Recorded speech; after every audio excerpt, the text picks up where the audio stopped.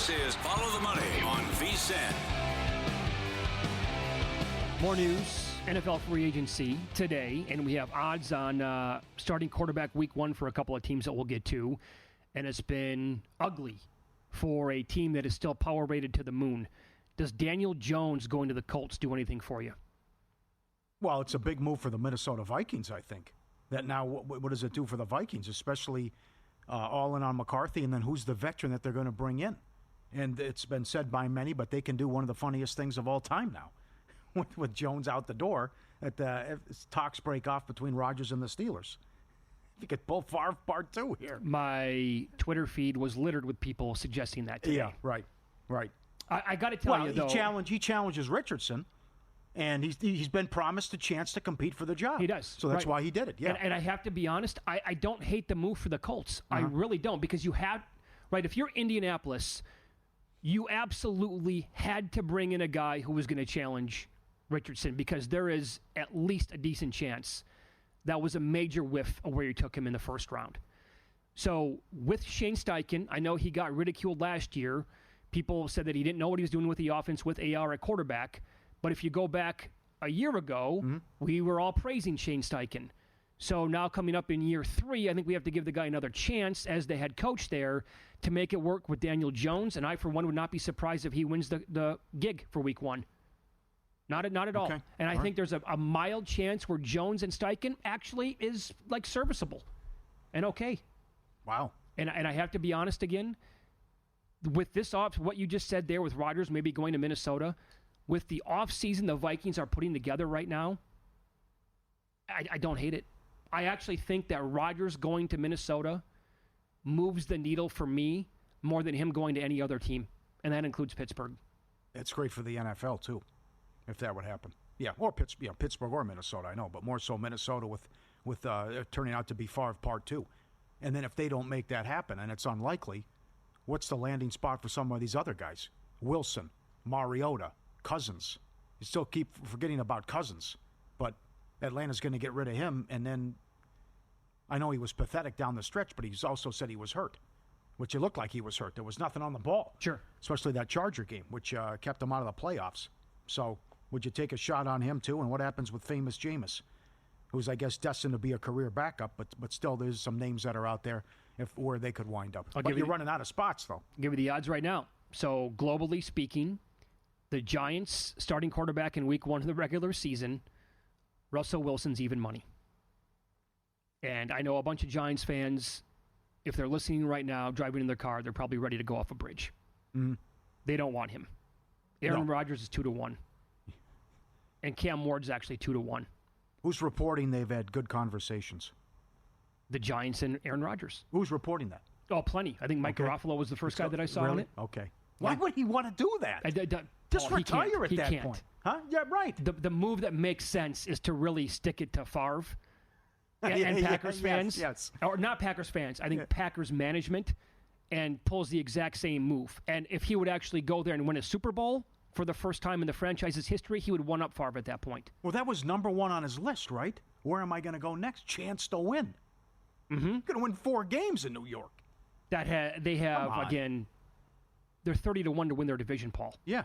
For a reason. I think Cam Ward's going to be the guy. I think so, too. I would actually maybe take a flyer on him at 2-1. Yep. And then the Steelers starting quarterback, Rodgers, is minus 175. Wilson, even money. Then it drops to Jameis Winston, 16-1. What would Jameis Winston look like with George Pickens and DK Metcalf? Just the same thing we've seen with Jameis for a decade now? Same thing. Tomlin will lose his mind. He'd probably throw 28 touchdowns and 25 INTs. But with your Vikings, they brought back Aaron Jones. They brought back Murphy, the cornerback, a couple of other guys. They signed Jonathan Allen and Hargrave on the defensive line. They brought in a couple of offensive linemen, including Ryan Kelly at center. The Vikings are priced as the last team to win their division. What? That's crazy talk to me. It's all, I think, currently speaking, that's based on the unknown of J.J. McCarthy, if he's going to be ready to play or not. What if he is? Or what if they sign Aaron Rodgers? Well, I thought they'd keep Danny Dimes around, at least promise him a chance to compete and win the job because the unknown with McCarthy. You're right. Yeah. And then O'Connell worked wonders with Darnold. And then I don't know what the Steelers are going to do if they can't sign Rodgers because you don't want to bring Wilson back. But then is it a Mariota or Cousins that could wind up in Pittsburgh? Maybe. I don't know. Maybe. But no to Winston. I will say that suddenly the NFC is loaded, with the exception of the team that's power rated as one of the best teams in that conference. Niners still 14-1. How many more guys are they going to lose? I know. So, and Micah Parsons from the Dallas Cowboys tweeted this out today. He goes, "Oh, this is what it's like when you're on a rookie contract with the quarterback." So his immediate thought was they're getting rid of all these guys because they're going to break the bank for Brock Purdy. And they had their window multiple times to win a Super Bowl with him, could never get it done. And now they traded away Deebo Samuel. They cut Juszczyk, fullback, Leonard Floyd, Hargrave, Malik Collins, and they lost a ton of key players in free agency. How are they 14-1 ahead of some of these teams? And again, last check, they're even money to win the NFC West. I get it, it's March. No way, no. Come August 1st, there's no way that's going to be the number. Yeah. And if it is, everybody in their right mind is finding a way to fade 49ers to win that division. Yep. That's crazy. Rams are so much better on paper. And who's to say Purdy doesn't continue to regress and they don't stay healthy? The other one is this is Kansas City Part 2. What's the lowest you can find on Buffalo to win the East? Well, they're the biggest favorite out of any team to win a division. Now, how bad is that division behind them? Jets going with Fields. Patriots rebuilding, probably six-win team at best, and Miami's been a mess. I would have to say that Buffalo, I like doing division parlays. Come football season, Buffalo is going to be no doubt on my list. It would take an act of God or something else I can't even say on the air because I don't like to put it into existence for them not to win that division. They are so much better than every other team. Dolphins, by the way, Holland, their safety, went to the Giants today. Good pickup for them, I guess, but still not, going to put me on a win total over for New York. The Chiefs are minus 125. God. And, last year, again, they were $2. We thought it was a gift. It was. Yeah, went up, $2.80, $3 it closed. The Chargers are plus 265. Fantasy people who I trust absolutely love the pickup at running back of Najee Harris. They think that he's going to explode for the Chargers in year number 1. But the Broncos have had a hell of a 2-day signing period here as well. They're 4-1 to win that division. The AFC West got even better than what it was. But the bets to make, certainly, again, a little bit later on. Bills on parlays closer to the season, in my opinion. The Rams are still 2-1. I parlayed them with the Red Sox to win the American League East yesterday. That pays 12-1. We'll track that throughout the year, see how it goes. And I'll give you another one. How close do you think the Commanders are now to the Eagles? And I think it is close. 2-1 worth a bet? Well, are you worried about Daniels has a year like Stroud? Yeah, I do. I am. That's the big concern. I love the coaching staff and love what they've done with the additions. But I don't think that's enough. Also, don't do that to start the season. I don't want to see that Thursday night game. Oh, no, you can't put on like a divisional game. Don't run that back to open the season. No, please. Good call by you. You? No, but are you there? I don't. No, not 2-1. Not today. I got to see if Daniels can do it again. August 1st, I think I'm going to be tempted. But it's close, yeah. They've made great moves. And I really like what the Buccaneers have done. They're plus money. They're plus 115. I truly think that they should be minus money. I think they are the class of that division, man. I'll go along with that one, too. That makes sense. Just because of the coaching staff as well. Sure. And even though Penix played well when he was in there, and they should have beat Washington or could have blew a big lead on the Sunday night game. Edge Boost, the first ever bank account built for bettors. All gambling transactions are approved. No minimums, no usage fees. Earn cashback rewards. 100% approval for all betting deposits. Sign up today, edgeboost.bet, promo code FTM. Deposit $25 and Edge Boost will match the deposit. Make money daily. Card never declined. Put money back in your pocket. Don't leave money on the table, and no outrageous fees when you go over your ATM limit as well. EdgeBoost.bet, code FTM, deposit $25 and they match. EdgeBoost.bet, code FTM. What do you make of the Tiger Woods news? Ruptured his Achilles. He just announced it on Twitter. Yeah, right. Working out, ramping up, getting ready to go. Felt a pain. Turns out I ruptured my Achilles. When are we going to see him again? Maybe never. Man, that really stinks. That really stinks, man. After winning that Masters in 2019. It was one of the biggest upsets. Oh, no question. I thought for sure he was done. And he outplayed. That was still one of the best events I've ever watched. Correct. Every huge name in the world for the most part was in the mix to win that thing, and Tiger outlasted all of them. Right. And then a bunch of guys went in the water. Yes. On Sunday. Yeah. It was phenomenal television. And we just thought, and then that was it. Yeah. That was it. Yep. So check house rules. I know this. Jeff Sherman over at the Westgate already tweeted out that any bets that they have on outrights to win the majors this year, they're going to refund them. So that's a nice thought to have, actually. Up next, how to approach MLB bets with the Yankees and the American League East. I told you about one bet that I made already. There are some creative markets to fade this team. A couple of bets around 9-1 make some sense. We'll tell you what they are next here on VSiN.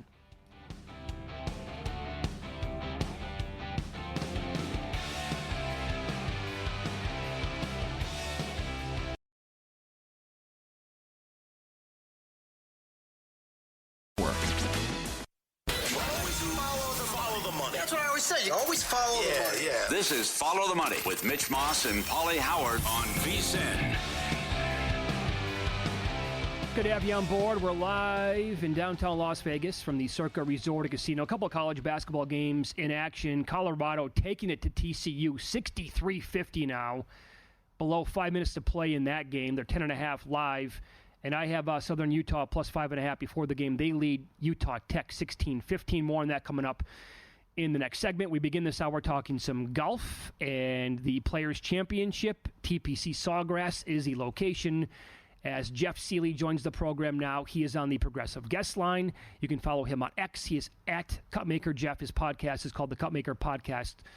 And by the way, he did have Russell Henley last week at around 45-1. Congratulations on the board with him.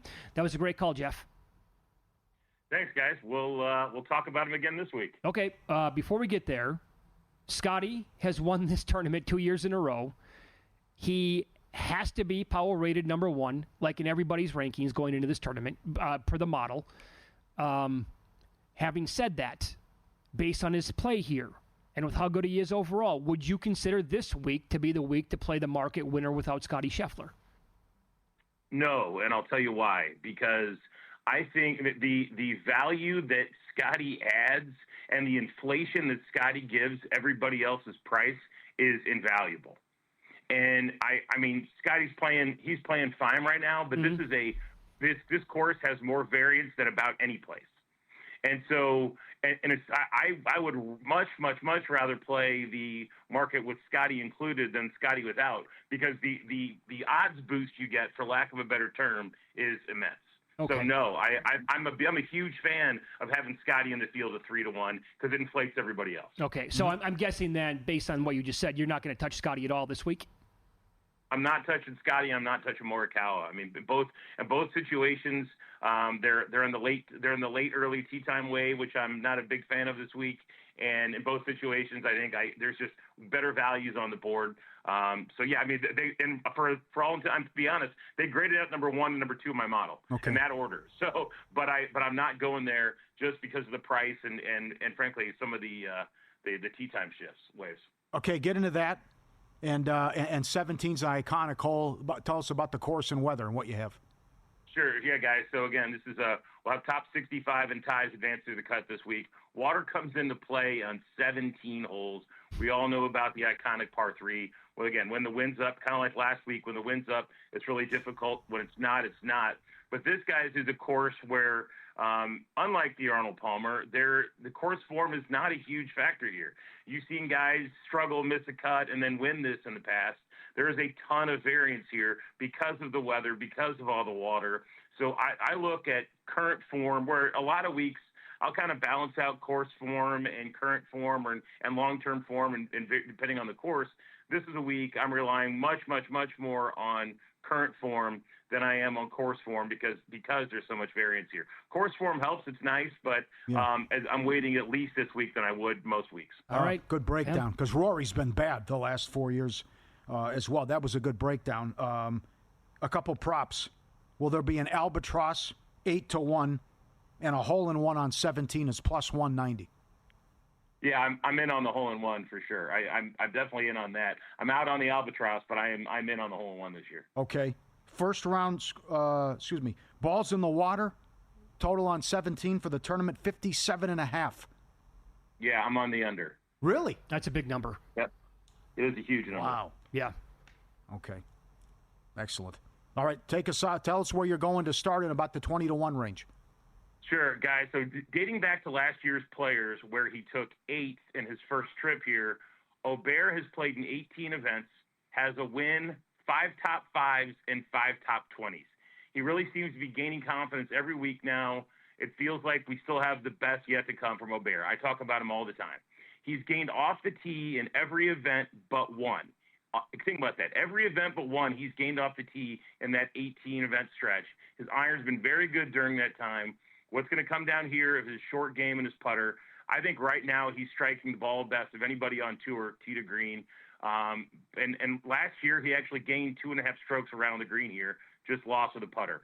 If he gains 12 strokes tee to green again like he did last year and just neutral with his putter, I think he wins. Okay, very good. And you got him around, 18-1 outright? 18-1, yep. Okay, you're also going to do some ladder bets with him as well. Okay, but I don't really think anybody, based on current form, winning last week, nobody's really playing better than Russell Henley. But I'm not a big fan of betting a guy back-to-back weeks. He's still pretty highly priced, though, in this tournament this week. Are you okay betting Henley again? Yeah, I mean, Mitch, I bet him at 40 because, it's one thing when a guy just wins and it wasn't, you didn't see it coming, right? But, I've been on the Russell Henley train for weeks now. And, again, I've been betting him top 20, as I said on this show every week. My favorite bet, again, this week is Russell Henley top 20. Plus 160 I got him at earlier in the week. Again, you could argue he's the hottest player on tour in 2025. 3 top 10s and a win in his last 5 events. That's like Scotty Scheffler-esque. It honestly is. He's gained strokes putting in a wide variety of putting surfaces, POA, Bermuda, pick the surface, and he's gained with his irons in 4 out of 5 events. So the only concern with Henley's off the tee, but I think since this is a club down course where you're not going to be bombing it off the tee, I think that helps him find the fairways. Love Russell Henley again this week. I still think he's not priced low enough. I think he's probably in the top 5. He's number 5 in my model, so I think he should be within the top 5 lowest odds to win this event. Okay, I had Straka last week. You're on the Straka train every week. He was right there in contention, 2 shots back with a chance to win. The putter let him down. What do you think of Straka's odds here? It's interesting, Paul, when you talk about that because, ironically, he gained over 6 strokes putting last week. So his putting let him down at the end, but if he gains 6 strokes putting again, he's going to win.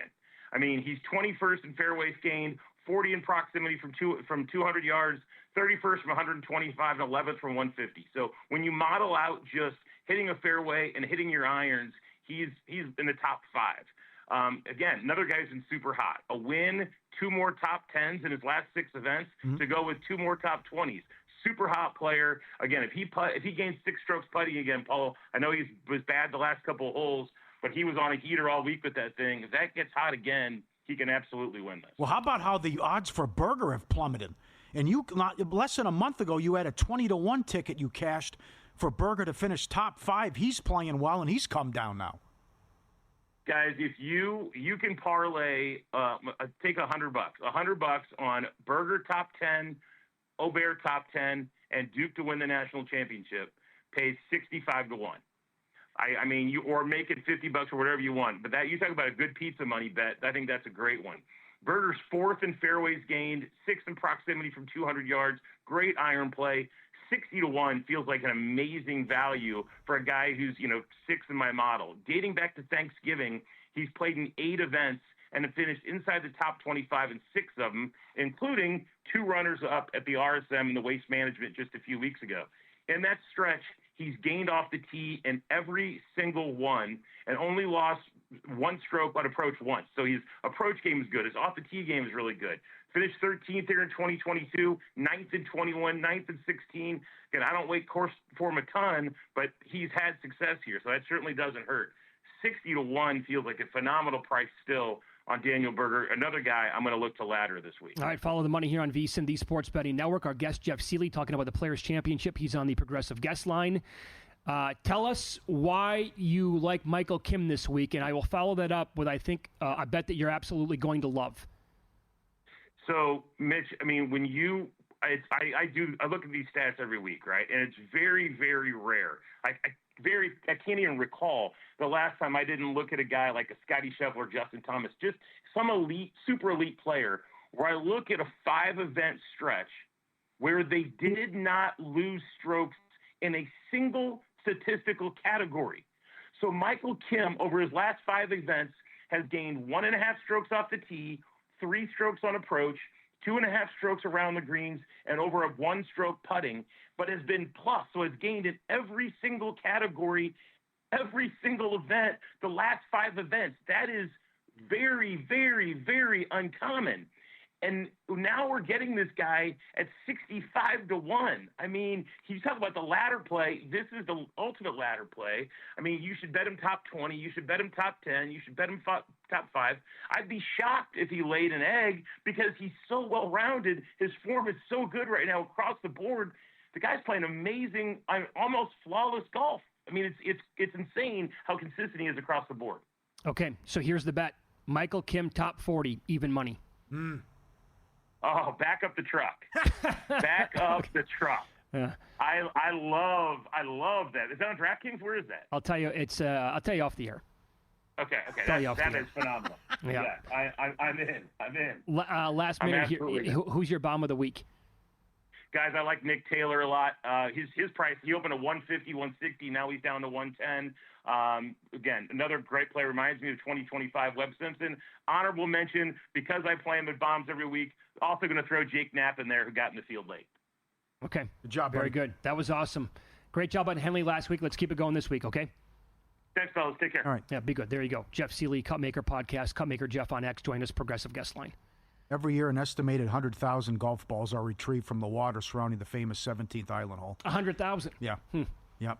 I want to go back year to year because with that prop, 57.5. If that goes over, yeah, that's good. Jeff Sherman at the Westgate also has lowest score in the first round, 65.5. And then you can bet hole in one for the tournament and a hole in one on 17. Okay. I love that win without Scotty market. That's excellent. Yeah. Jack went 3 in a row. He's the only guy to do it. Okay, I have it right in front of me right now. All right. You want it every single year? I do. Year by year. Balls in the water on 17. This is going to blow your mind. I'll share it coming up next.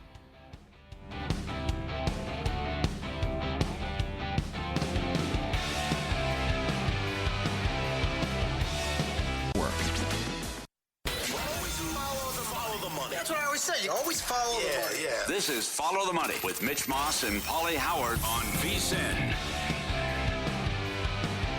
Very busy hour on tap. Owner, CEO of this property, Derek Stevens, in studio coming up in 30 minutes. In Pocket Plays to close up shop. And here, 2 strong segments with Wes Reynolds. He is awesome on golf. His write-up just dropped at vsin.com. We'll get to that coming up in about 15. And we begin this hour talking college basketball with Wes as he is on the Progressive Guest Line. First of all, good afternoon, Wes. Thanks for the time today. How are you? Good afternoon, fellas. Thanks for having me. You bet. You got it. Okay, so tournament outrights. Your neck of the woods, formerly anyway, before you moved to Las Vegas, was Big Ten territory. You're an Indiana guy. And this is a conference that you have followed pretty much your entire life. I found it difficult to land on a team to win this outright because I made the case for too many in my head, so I stayed away. But you like one of the best teams in this conference to win it outright this week. Who is it, and tell us why? Yeah, Maryland was the first one that I went to, and they end up with the 2 seed. Michigan kind of fell apart at the end of the season. The offense, especially, the efficiency numbers just dropped for this team, even though Dusty May did a really good job at this bunch in his first year.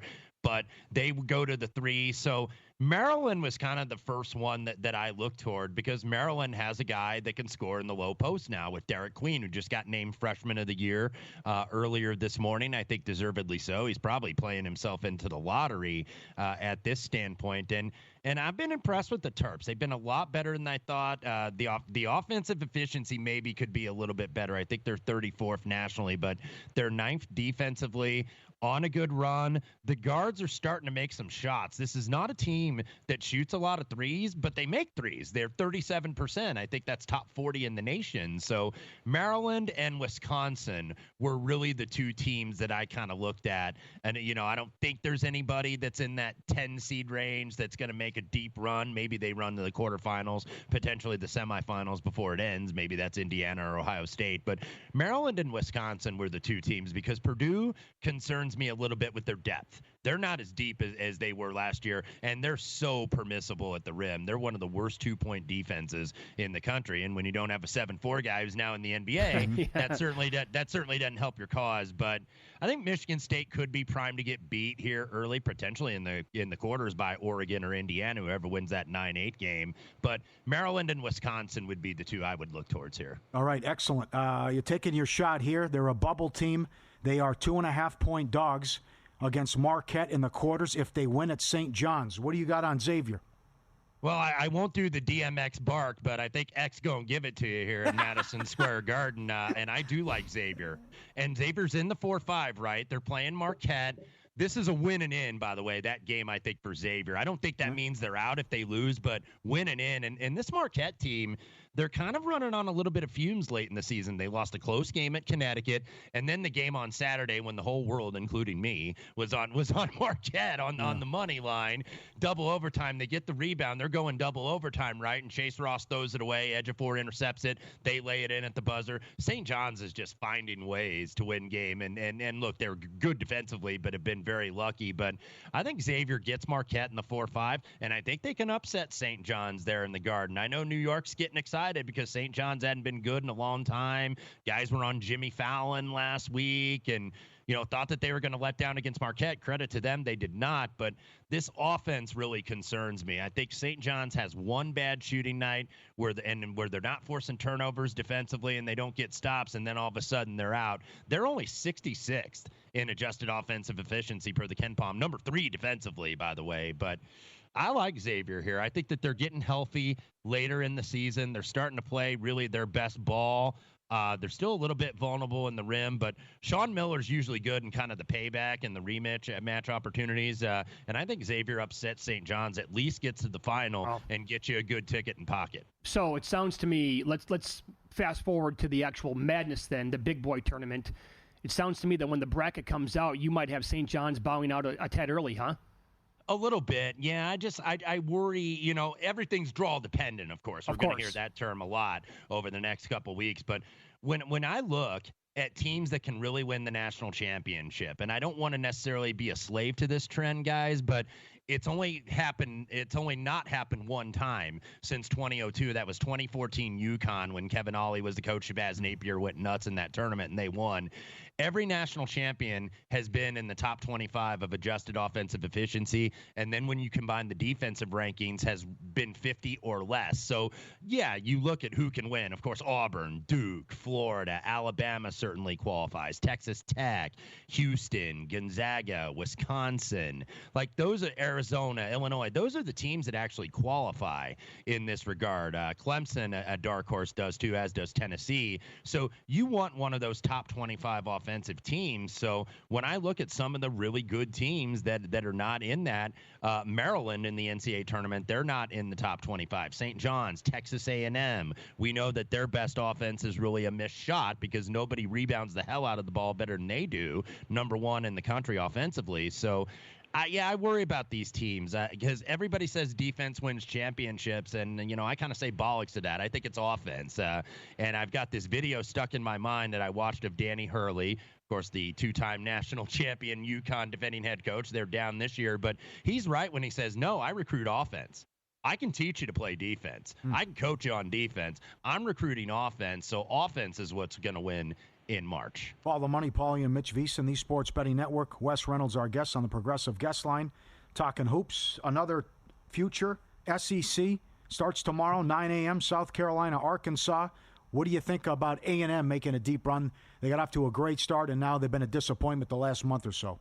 They have been, and there was a little bit of buzz being put out there, no pun intended, with Buzz Williams, as if, okay, he's got 8 seniors, maybe this is going to be his last run at A&M, maybe he's in line for another job. The buzz to Indiana has died. I don't expect that he's going to be the choice there in Bloomington, but they did win their last 2 games. They upset Auburn when they were number 1, and then they won at LSU to finish out the season.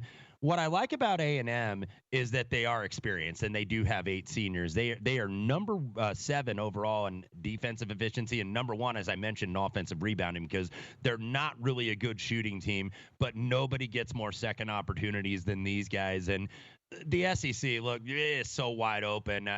The first day, even with 4 matchups tomorrow, you got 4 really good matchups where you might get 13 or 14 teams out of these guys in the tournament. And I think as a Big Ten guy, it breaks my heart to say it, but the SEC has been the best conference in college basketball this year. So why not go a little bit down the board, not go at the chalk with the Auburns and the Floridas and the Alabamas, and look to a team like Texas A&M? They're certainly capable. All right. Do you have an opinion on the West Coast title game out here in Las Vegas tonight? Gonzaga about a 3.5-point favorite over St. Mary's.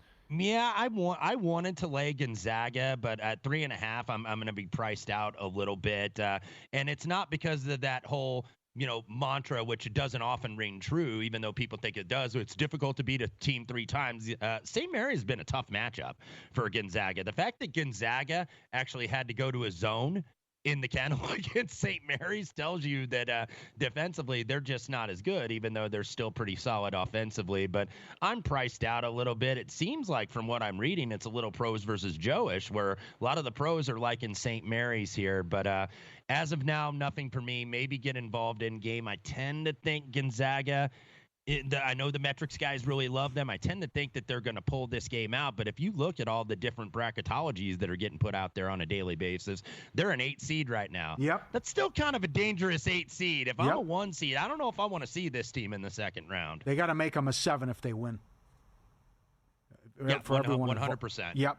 No, I'm with you, too. I mean, I know they have the talent. You'd be scared to death to see them in the second round. How about the Horizon League with Youngstown State and Robert Morris, if you like anyone in that game? The total moved 6 points.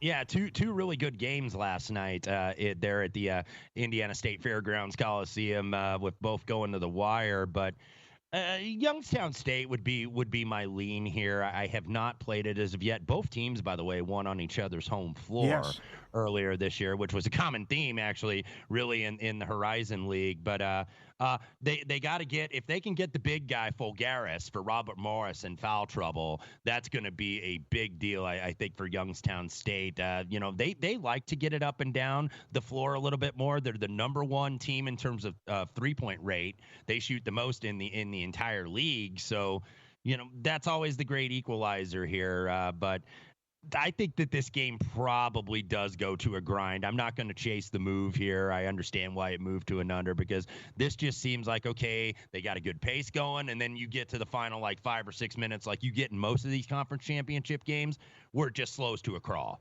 where they're taking 30 seconds every single time. And the only thing you're worried about if you have an under is if you're going to get a foul fest at the end. So Penguins would be my lean here, and if I could see 4.5 or so, I'll take that. All right, Wes, minute left here in this segment. Let's get a little dirty. Big Sky. Montana State takes on Northern Colorado. State your case for the dog here. Starch Madness up in Boise with the great Joe Cravens on the call, by the way, tonight. You'll love all his sayings if you're listening to the broadcast tonight. But I do like Montana State against NoCo. NoCo was the number 1 seed in the Big Sky. They're the best offense. Montana State has been one of the better defense. I think they ranked 2nd. Montana State, what they did about a week and a half ago, and I give Matt Logie, the coach up there, the credit, he benched Brandon Walker, who was their highest usage guy throughout the entire season, and just didn't like the matchups and maybe felt that the offense was stalling. And then you look at the last 3 games, they've had 3 of their better offensive efficiency games. When you look at the points per possession and all the different metrics that measure that, they've been very good. So I understand why Northern Colorado, experienced team, they've been the best team in the conference, is getting the money. But I'm going to fade the steam here and take the Bobcats at 5.5. Very nice. You can watch and listen to live shows and replays throughout the entire network. It's all free. Everybody has free access until Selection Sunday, March 16th. Get the VSiN Watch app available now. Download on the App Store for your iPhone and also on Google Play for Androids as well. We'll get Wes's plays for the Players' Championship next here on VSiN.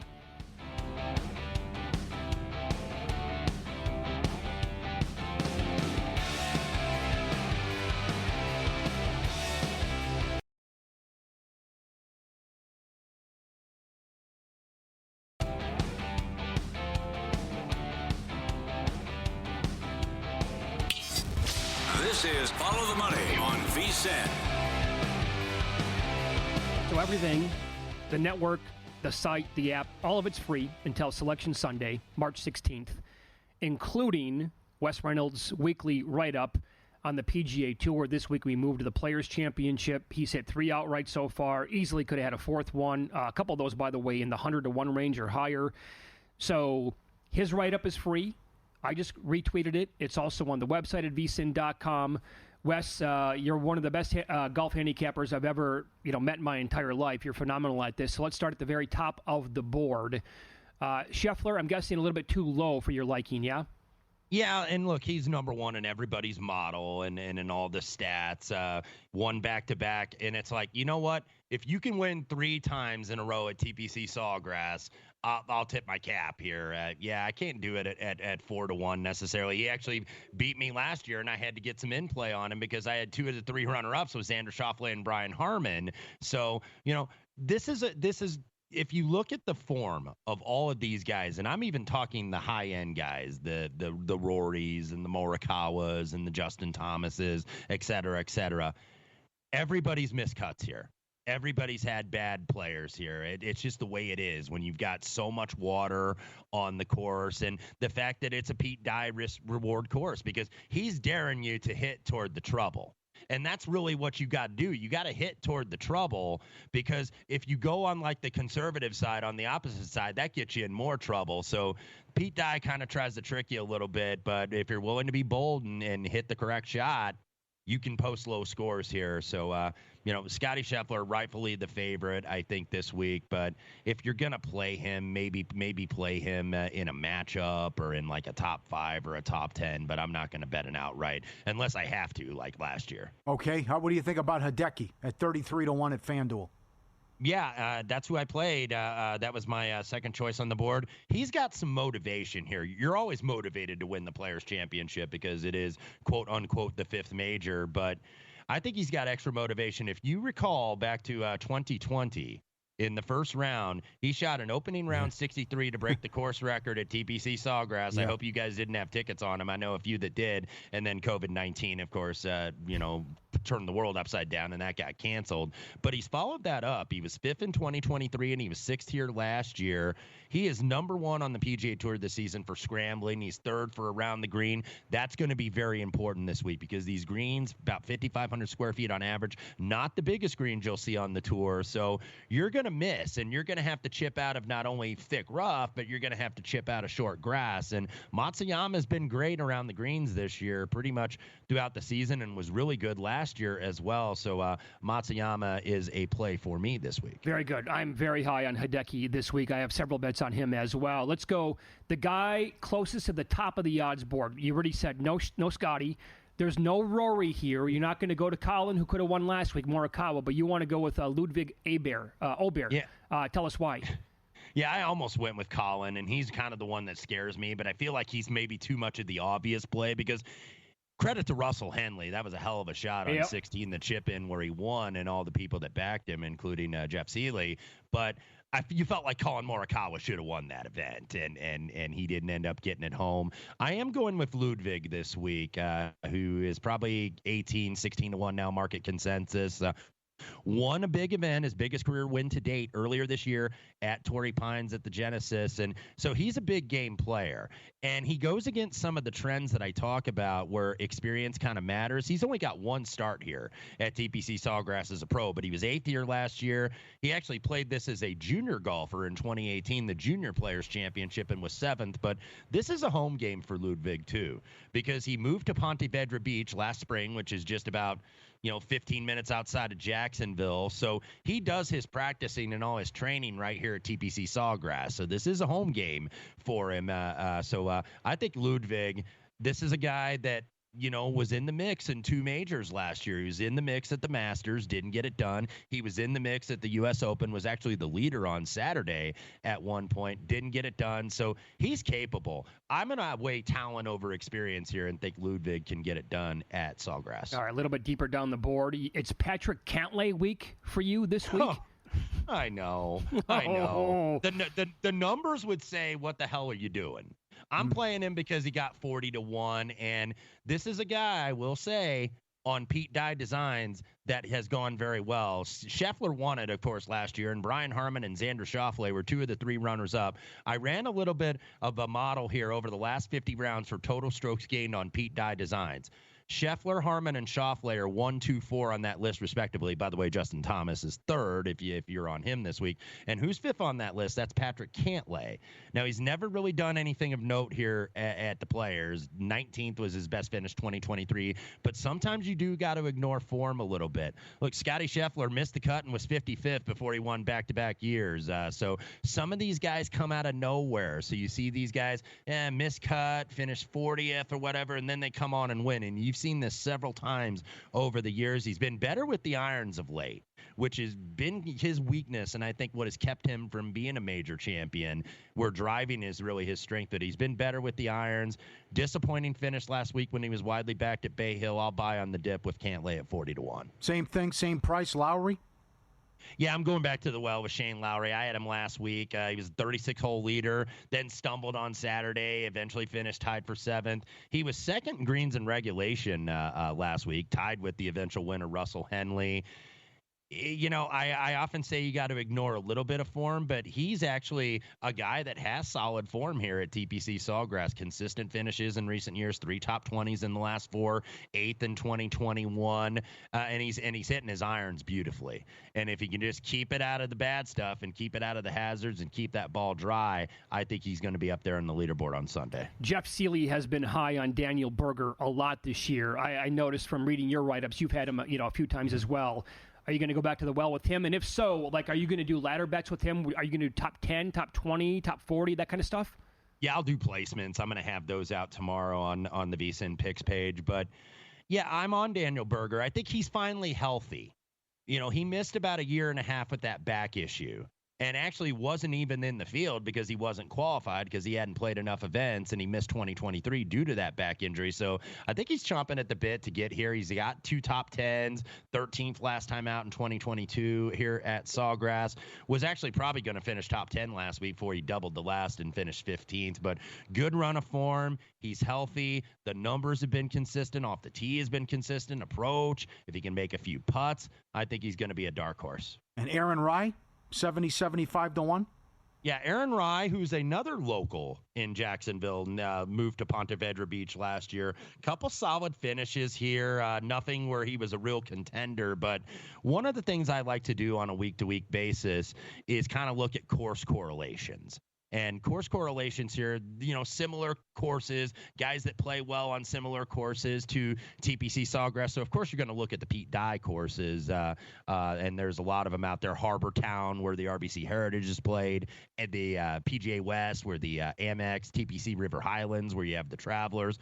But another course that's not a Dye course that has a very solid correlation over the years here is Sedgefield. Sedgefield is where you have the Wyndham Championship, which is the week before, last chance to get in the FedEx Cup. So sometimes you don't get a lot of the top big boys play in that event. But if you look at guys, you have a lot of players actually over the last decade and a half, 20 years, that have won not only the Players, but have also won the Wyndham at Sedgefield. Siwoo Kim, Webb Simpson, Henrik Stenson, Davis Love, KJ Choi, Adam Scott and Tim Clark won the Players and were runner-up at the Wyndham. Kevin Kisner, Sergio Garcia went the reverse order. Well, Aaron Rai was who we were aboard and won with at the Wyndham Championship. He held off Max Grazerman to get his first PGA Tour win, and he's got actually good current form coming in. He was 4th in Mexico, and he was 11th in Bay Hill. Those courses, by the way, a little bit long for him. Those are getting out to 7,500, 7,600 yard plus. He's not really a bomber off the tee, but he's a hell of an iron player. So I think at this course, which is now a little bit over 7,300 yards, more of a premium is put on approach. Approach is, I think, the top stat that you want to look at this week if you're evaluating. And he was 7th on approach last season. I think he's kind of peaking at the right time. So Aaron Rai for me. All right, pal, 30 seconds here. One more. The Gim Reaper, you like Doug Gim, 120-1.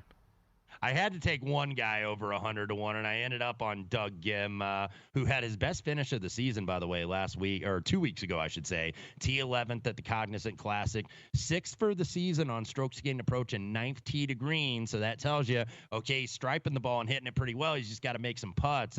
2 good finishes, though, here. He was 6th in 2022. He's actually in contention to win that event, and 16th last year. So, look, you're going to have a big price on a guy that's never won yet on the PGA Tour, but I think his ball striking really fits here. So Doug Gim at 120. I had to have one bomb because they've been working out this year, these triple-digit shots so far. Very good. Yeah, no question. You can follow Wes on X. He's at Wes Reynolds 1. He joined us here in the Progressive Guest Line. Thanks, Wes. Best of luck this week.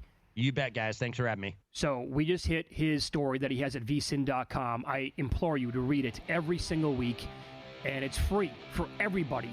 Free VSiN Pro access through March 16th. Daily best bet email in there as well from all guests and hosts. Access to our exclusive betting splits, 24/7 video access. Go to vsin.com/champweek. That's vsin.com/champweek. Derek Stevens next.